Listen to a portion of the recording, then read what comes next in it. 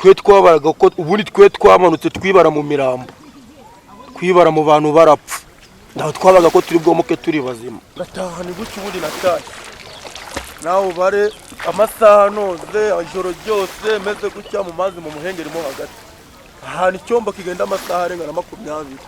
Nukuvuga twe icyo twaganiraga twasabaga Imana kugerayo, ariko tukiri mu mazi hagati. Nukuvuga saa 7 za nijoro zarageze, ukwezi mu kirere kuzimye, hamanuka icyo bita umuyaga. Umuyaga umaze kumanuka, mugenzi wanjye arambwira ati nyaboneka ngiyewe ndarushye, mbabarira wigendere, ahubwo ngiye gihari ngiye gutabaza ndebe nimba bandabara. Nange ndavuga ati si ngenda gusiga ngiye wenda naba nzi ko ndagerayo, kandi kubona harimo umuyaga. Habayemo kugenda turindana gake gake turindana, uwo twaturi hamwe yari yarushye, ari ngiye umuntu ugifite imbaraga, bikavamo ko nanjye murinda, kuko nanjye nza kumusiga mba narapfuye, kuko naye nari kugira ubwoba ndi ngiye nyine ugasanga ndapfuye. Ubundi ngiye inyogo zanjye ni 3, hari ingarama, hariyo kugendera hejuru, hari no kwibira mu mazi mo hasi ibyo utambona.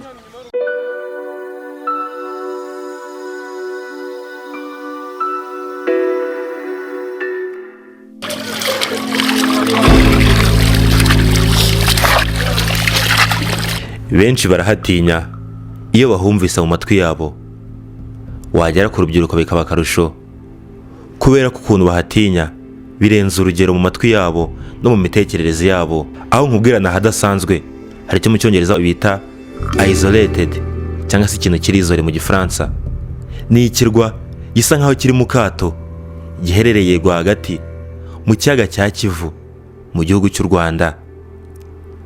Ndakeka wakimenye, bakita iwawa. Niho hagororerwa abantu baba bafite imico itari myiza muri icyo gihe, bagahabwa uburere, bakazahava ari intyoza bameze neza.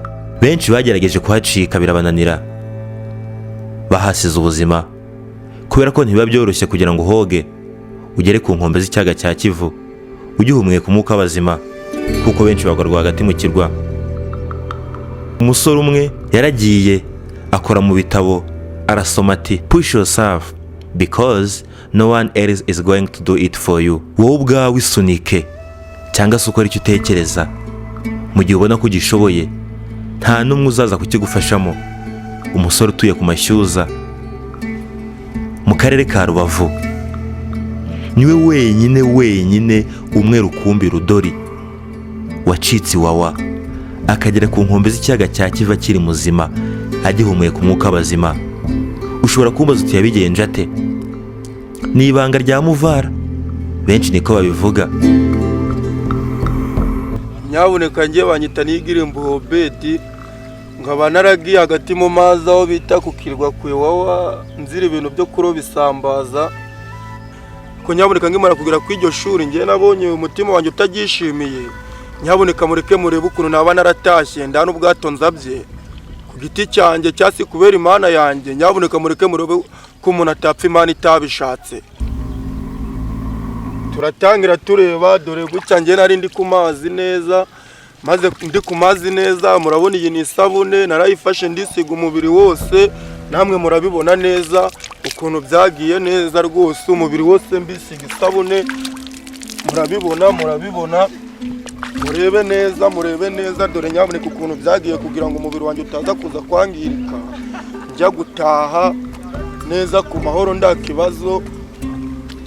Murabibona neza ukuntu nisize isabune umubiri wose nyaboneka, maze kwisiga isabune nyaboneka guca bino mureba, si ibintu byadanje no kugira ndaza gushishuka umubiri wanjye, bitewe ko Imana iba yangoreye kugira ndaza gupfa ng'abandi bose n'ubundi, kuko nimba ahantu haba hari abantu 10,000 babiri bakavamo bakoga bakarangira bapfuye. Nyaboneka urabona uko Imana ikunda umuntu. Nyaboneka murabibona neza gucya no kuganda shishuka. Nyaboneka narangije kwisiga inuza, mfatani inuza n'amavuta.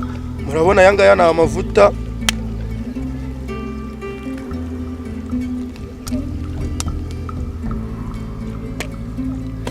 dore ibi byose mureba hano ni amavuta.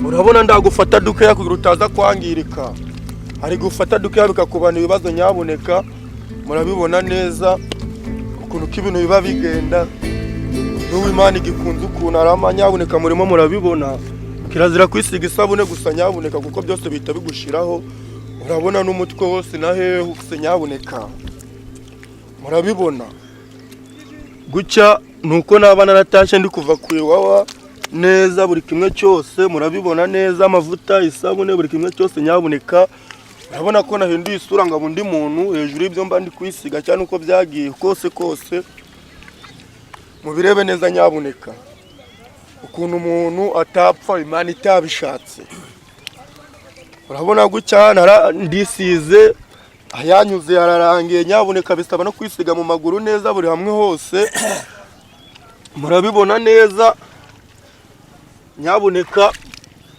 dore amavuta kuko atari ahantu ndasubira nyabuneka n'ubundi ngenda yafata gucya n'isabune ngasa n'ubitaye ahantu hari ikibaranga gucya ubundi ngafata iduki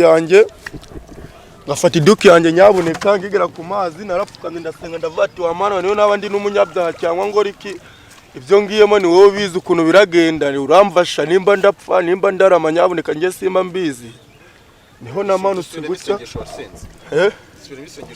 isengesho nasenze naravuze ati wa Mana we naba ndi umunyabyaha nziko ndakiranutse n'ubundi sindi na pasteur wenda yanige cyo dali najya no mu rusengero wenda ngaba mberukamo ngira umwana ako ibyo ngiye gukora niwe uramba hafi nyabuneka nahise ngira gucya ngirangiza gusenga Imana nyabuneka ako tubwiye ko kumwe na mugenzi wawe tubwira ukuntu mwagize icyo gitekerezo nyabuneka igitekerezo ukuntu cyaje twebwe nuko twamaze kuhagera tukumva ko hari abana bamwe na bamwe bajya bacika bagapfa kwe turi aho ngaha ariko twe mu kubyumva nyabuneka se byaduteye ubwoba kuko twari turi abantu bo ku mazi twamaze amezi 2 n'iminsi 16 tubona ubuzima buri kwanga turangije duhita twiga gahunda twayigize iminsi 3 bwa mbere turaza uho twari turi hamwe twumva tubona ndazi ko urabona umuntu kukubwira ngo yoze muri muhazi akajya no koga mu kiyaga urumva ko bitavamo iyo gahunda iyo operation mwari mwayisenga iki operation gutoroka iwawa gutoroka ikirwa mwari mwayisenga iki iyo ngiyo se kwenda zina twari twayihaye kuko ni ibintu twari turi kwitwekereza ku mutima yacu gusa ko twe nuko twumvishe bitujemo tuzana icyo gitekerezo turavuga ati tugomba gusata tugatara tugasanga abandi ku isi yabo cyangwa si ku isi yacu urabona hano turi ndabuzima turimo kandi nta n'umuntu twari twishe utwe bari kubwira ko batujyanye ku ishuri ariko bari batujyanye twe twabonye atari ishuri n'ubu gufungwa nk'abandi bose niho natwe twahise dufata umwanzuro guruto yo gufata amavuta na buri kimwe cyose turisiga turangije dufata amaduki yacu tujya ku mazi turamanuka hagati y'urupfu n'ubuzima ntabwo mwatekereza ko mushobora kugomba kwaburiza nukuvuga ngo muri bimwe byose niyo mpamvu bakubwira ati nda myaka 100 twe twabaraga ko ubundi twe twamanutse twibara mu mirambo twibara mu bantu barapfa ndaho twabaga ko turi bwomoke turi bazima niho twahise tugira gucya tubipanze turagenda dufata amajerekani dore ngaya tumaze gufata iduka urabona ino dukire ku mazi gucya kuri iyi meze urabona ko nisiza amavuta kuri niyo najyamaho amasanga indakintu nabo hira ni jerekani ntigomba kunjura ahantu bwato bugenda amasaha 5 cyangwa 6 bufite moteri igura miliyoni 3 bukakoresha amasanga na gucyo nyaboneka kandi namwe mubyirebera ukuntu ko umuntu yaba yatashye cyangwa si akaba atapfa n'ubundi n'Imana itari yageze Imana itari yasinye akavuga ati ngarapfa nyaboneka kanze mbere ku kuntu natashye uburyo natashye n'ugutya natashye meze murabibona nyaboneka gucya neza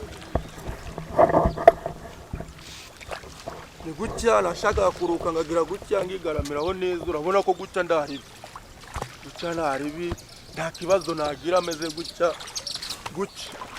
byose gucya no kuruhuka ukicara ugapfumuzika cyasi nashaka bitewe n'umunaniro nagiraga harigihe nabaga ndushe n'amaboko ngahita nigaramira ngimerera gucya urabona gucya kose no kuruhuka umuntu wese utapfa Imana itabishaka ubundi aruhuka gucya neza nagiraga gucya amara kugira gucya naruhuka ngongera ngafata injerekani yanjye ngongera ngagira gucya ngongera ngayubamaho ngataha ni gucya ubundi natashye nawe bare amasaha noze ijoro ryose meze gucya mu mazi mu muhengeri mo hagati ahantu icyombo kigenda amasaha arenga na 20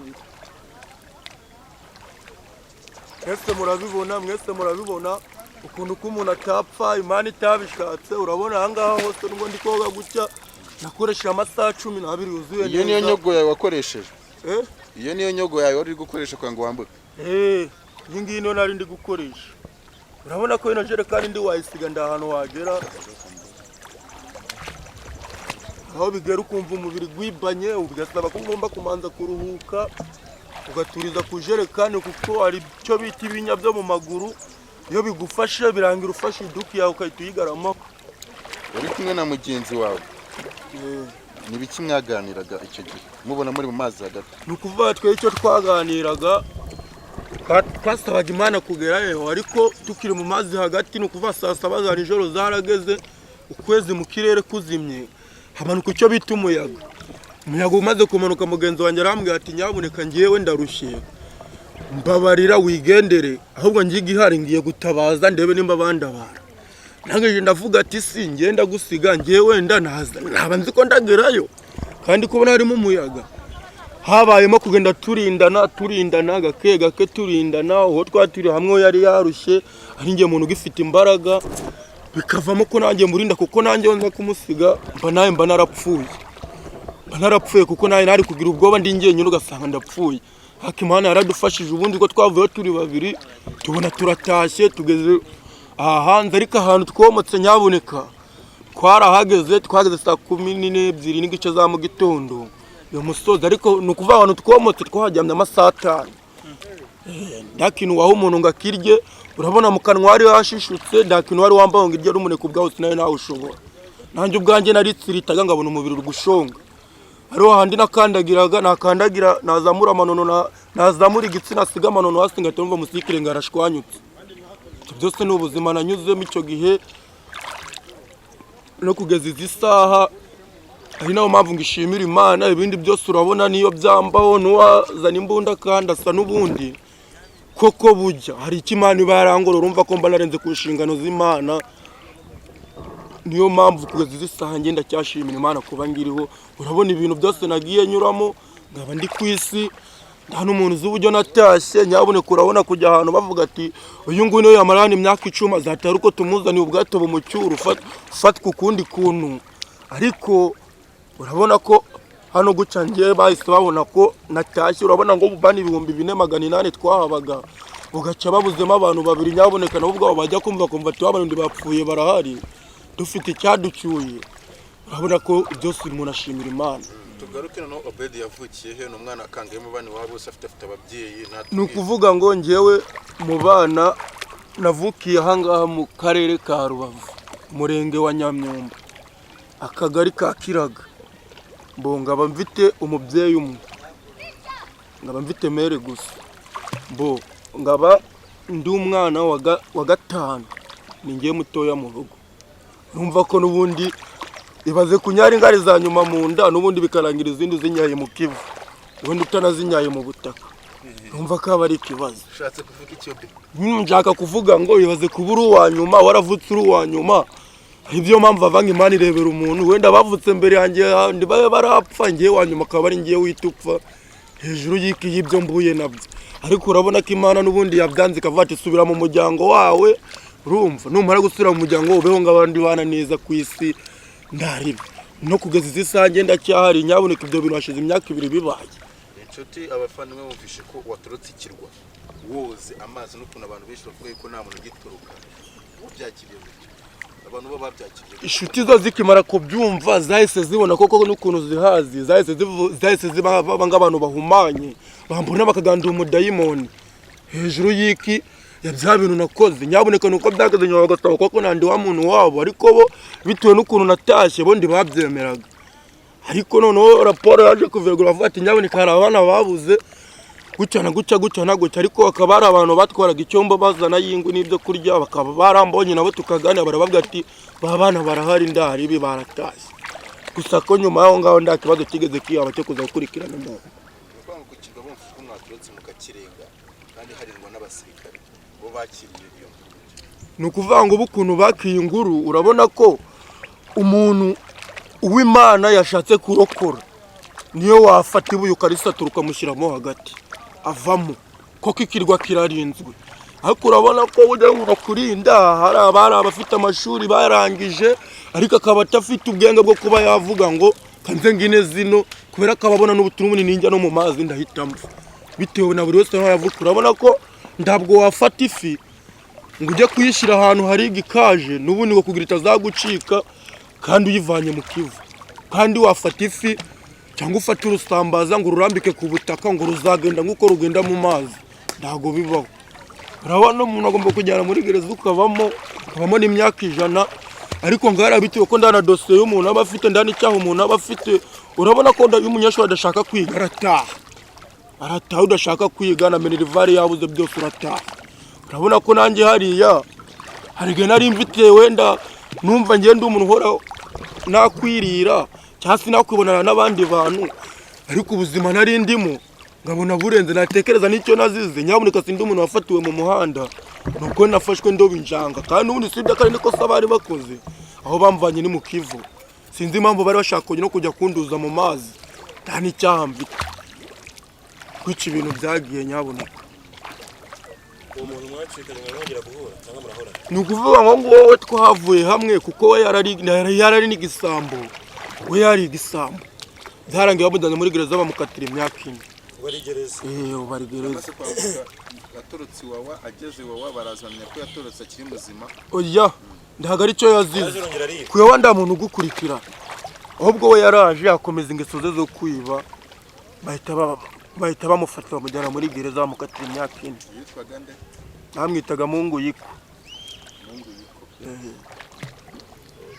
Andi mateka waba utatubwira rero ku buzima bwawe cyangwa se ku rugendo wagize utoroka iwawa n'igitekerezo cyo kukigira yaba yaraya? Igitekerezo njya kukigira cyo kuhava, ubundi igitekerezo cya mbere cyo kuhava gusa ko ngewe urabona ndi umuntu wibera mu mazi. Hari igihe bazanaga ngimiraga wenda bayafashe ngakaningira zirimo injanga, nareba kuri za njanga burya ngewe nubwo bambwiraga ati babana bazi ibyo kuroba bareba baze kujya kudukuramo ziranjanga, ariko ngewe byahitaga bimbabaza. Niyo mpamvu gora nzibonaho n'ubundi nibyo byanderaga byanderaga ishyari ryo kuvuga ati kanze nzubire, kanze koko noge ndano ndamuntu ndasaba ubwato ngarabumba, kanze koko nanjye ndeba ubuzima bwanjye, ndeba ukuntu nabigenza noge n'injake. Mvurabona ko nari ndi mu mazi abira, urabona ko kugira mvana nari nemeje ibintu bibiri, ariko bibiri nari niyemeje gusa cyo numvuga kiri imbere yabyo byose kwari ugupfa, kuko sinari kubara ngo ndomoka se umuhanda nari ndi kunyuramo hari mu mazi. Ariko Imana yo bujya hari ifite izindi nshingano nyinshi ku ruhande hirya no hino. Ako bujya urabona ko burya igihe cyose uvuze upanze ikintu ngakiriya, bujya udashatse kuri wese cyangwa ushake kwihagarika cyangwa umve mu mutima wawe harimo ubwoba, bujya burapfa. Ibintu gucya n'umuntu agomba kuguheza n'isahani y'ibiryo ngahariya bitewe na gahunda ufite mu mutima we ndushobore kuyirya, kuko uba uri gutitira umubiri wose bitewe n'ubwoba. Umuntu yagukora ugasanga abaye umuntu w'igishushushungu bitewe n'ibyo uri gutekereza. Ariko nyaboneka ngewe nabaraga ko ndapfa, ariko kuba narageze hano niyo mpamvu mba njimira Imana no kuba ubu ngubu ngihumeka umwuka w'abazima. Niyo mpamvu numva urabona ko nda kindi kintu kibaho ku isi nahura nacyo cyambangayikisha ngo birananyuzemo. Ujye gutoroka ikirwa, hari abantu babiganije bavuga ngo ujye gutoroka ikirwa bakakubwira ngo urapfa. Urabona ko hariya buri wese aba ari ijisho rya mugenzi we, kirazira. Niyo mpamvu n'umuntu yagwa n'ibiryo ndushobore kubirya, ni ikintu babifitiye mu mutima wawe ndago wemerewe kubibwira undi muntu. Kuko bumvishe ngo uri afite gahunda yo gutaha, hari urushinge bagutera ugasanga wibere nk'umuntu w'ikigoryi wibera aho ngaho ndube wanakumva no kugera ku mazi. Niyo mpamvu ari ibintu wishyiramo we ku giti cyawe. Ni ukuvuga ngo ibido zihaba ubona uko bafata zino bido zizamo amavuta, urabona ni imwe kwizi zizamo amavuta. Ngiye narabacunze bakimara gusuka amavuta kubera ko bagenda bazica iminwa, ngenda yiba kuko ariyo gahunda yanjye nari mfite. Nyijugunya ahantu gucya ku barabara ry'amazi, ndangije iduke naragiye kuko ndamufuniko wabona naraje mfata ishashi ndapfundikira, maze gupfundikira nayipfundika ari nka saa 5 z'amanywa kuko nimugoroba nari mfite gahunda yo gutaha. Nimugoroba byaragaze tumaze kurya, kuko twamaze kurya ariko twibyo kuko bitewe na gahunda byaratunaniye. Twaje no kuvanda n'ikintu twariye kuko ndaho twari kurira guhaga, imbungure ndi wazirira guhaga zana kwica. Twaje dusa n'abantu batariye, ewana bitewe n'ikintu gutitira mu mutima tukavuga ati subu koko ko ndi kumva ameze nabi ubu ndarya wakoramo kabiri ukumva uri gutitira wese ako Imana yaradufashije gutya tubona turatashye. Ni ukuvuga ngo nda nama namubwira kuko ibintu byose ni amahirwe nanjye ndamunigeza ngira inama usibye Imana yabaramvugiyemo ikavuga ati tanyamuriko kurabona nimba twarabaga turi 4,000 urumva kwese si kukibata tutiyongoje twese tugenda duhubuke tuve hano wapabwa rukunuko Imana zikavugira mu muntu akabona aratashye. Fireman abo ngabo bose ni byiciri bagiye bazana nyuma yanjye agusaka abantu tuziranye bari abaside buraza abo bose twarahabanaga twasanze bari intore twe turi abadahiranwa tukimara kuhagera abo ngabo baside buraza twabasanze ari abantu 1,000 havuye ikindi gombe ko babaga ari 2 mbo tuza nako twuzuza ikindi 1,000 cya kabiri ariko tugiye kubasimbura mu budaheranwa nyuma yaho twubatse y'izindi nzu nyinshi cyane navuyeyo turi 4,400 aribyo bimaze kwagira ariko harabaga 2,000 tumaze kubaka izindi nzu nyinshi niko nahise nda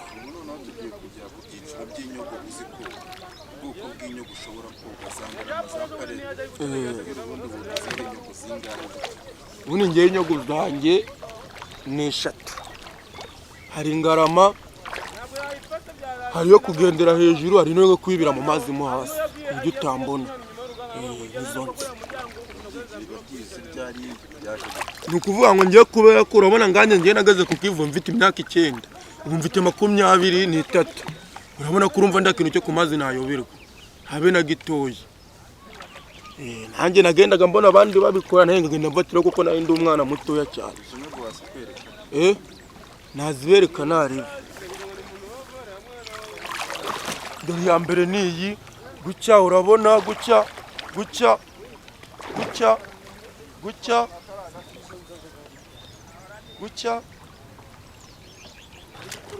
dore yindi niyi gucya